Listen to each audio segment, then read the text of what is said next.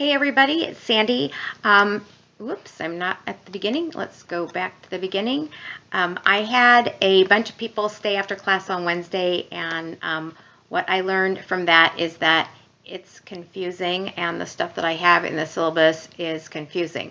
So I decided to make what I hope will be a very fast little video. You can refer to it over and over again if you need to back up and ask these questions again, but right this minute, I'm gathering that it feels a lot like this, confusing. So let's see if I can clear that up. All right, this is the front page of our Phase 2 research project assignments, and I have circled or outlined in red the things that you need to have turned in. Your research plan, which all of you, I believe, have already turned in. If you haven't, you need to get them done. And you will have to go back into the announcements and the other video that I made for you around what a research plan looks like if you haven't already done that. A completed visual and oral presentation, in other words, it needs to be both, written with pictures.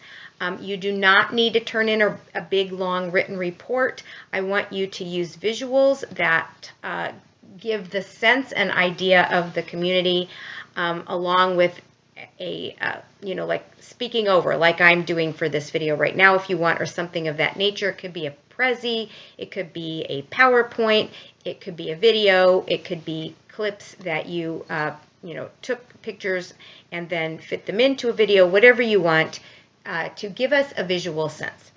All right, you all have to do a completed ADA checklist, and I will get to that again in a minute. Everybody needs to turn in a bibliography.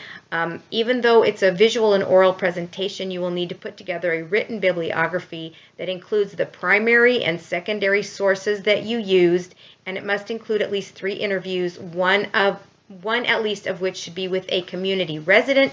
There are lots of community residents. Please do not bombard the women today for an interview. They may not be the right person for you to interview, but if you want to ask them if they can connect you with somebody, somebody who's in school, or somebody who, anything, whatever it is you need, you can use them as, you can engage them around whether they can be helpful.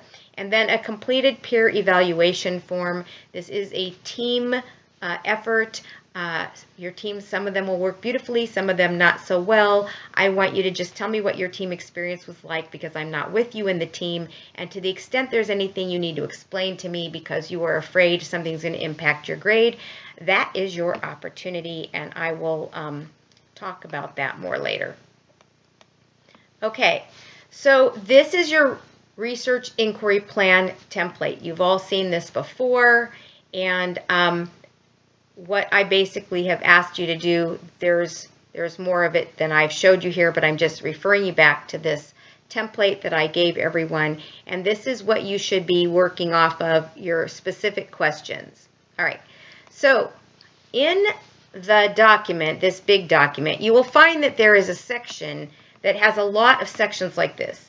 These are examples of some questions you might be asking about a certain topic and some of the kinds of resources that are out there. These are not things you have to use. These are not resources you have to use or questions you have to answer. These are simply examples. If your topic happens to be politics, policies, political participation in Eastlake, which would fall under the networking and social aspect, if that happened to be what your team was studying, these are some of the questions you might have created, and these are some very real sources that I found, and you can just kind of check them out to see what kind of things are available and what I'm looking for. I've given you an example in several areas of the social determinants of health, and those again are not things you must answer. They are examples of questions you might be asking and kinds of resources, secondary resources you might find. So hopefully that clears up what that's all about. Okay, what about the ADA checklist? All right, so I have copied for you, this is from the syllabus, or maybe it's from the instructions, I can't remember, but it just basically says you have to do it. And then, oops, this thing below is in the Dropbox, and it is your checklist instructions and forms. And you can see there are 2 forms attached and a link All right.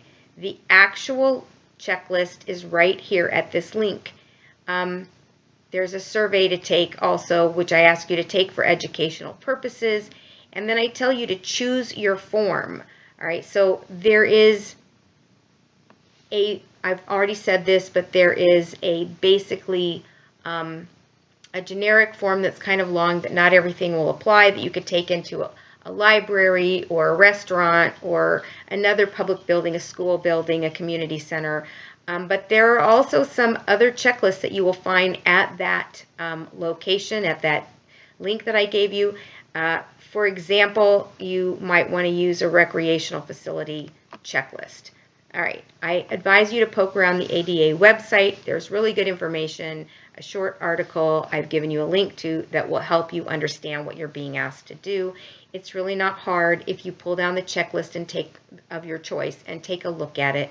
And have any questions, please feel free to ask. But if you actually follow the directions in this area right here, which are in, I can't remember if they're in the Dropbox or if they are in the course content folder, and usually if you ask me, they're probably both places because I tend to do that.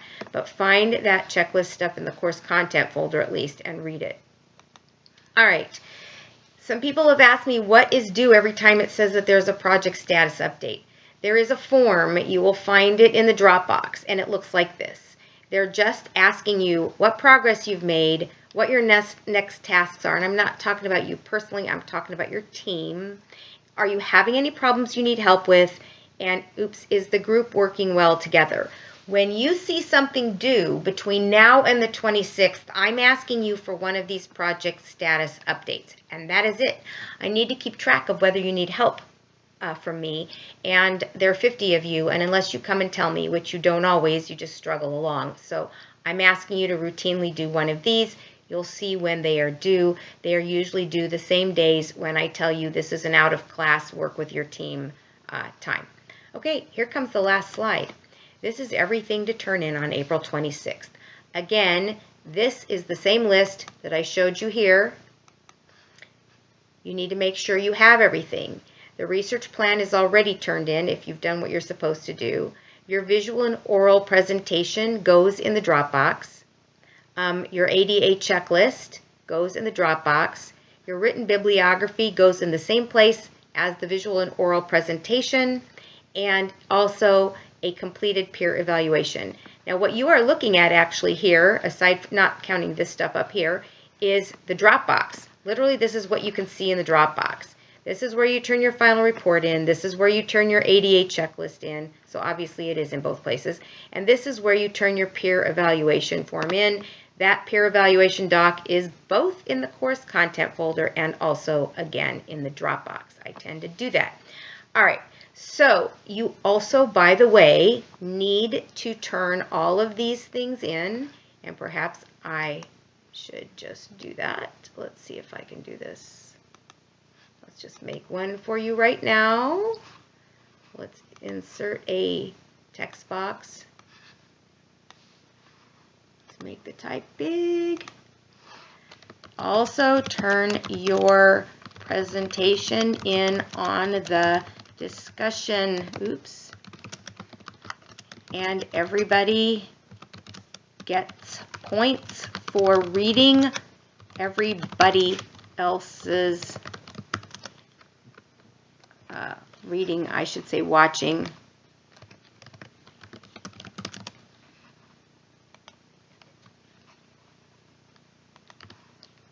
Everybody else's report. Okay, that's it. This is your final, is to turn in that oral and visual presentation and watch everybody else's and make a comment. So you will find out what you're supposed to do when you go to the discussion board. What you're supposed to do will be there specifically. I'm not even sure I've typed it up yet. I have created a section for it, but I don't remember if I put all the directions in.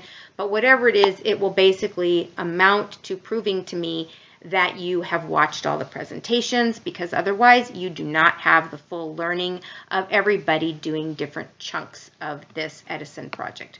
Okay, that's it. Hopefully this is a very quick, yep, it's 10 minutes.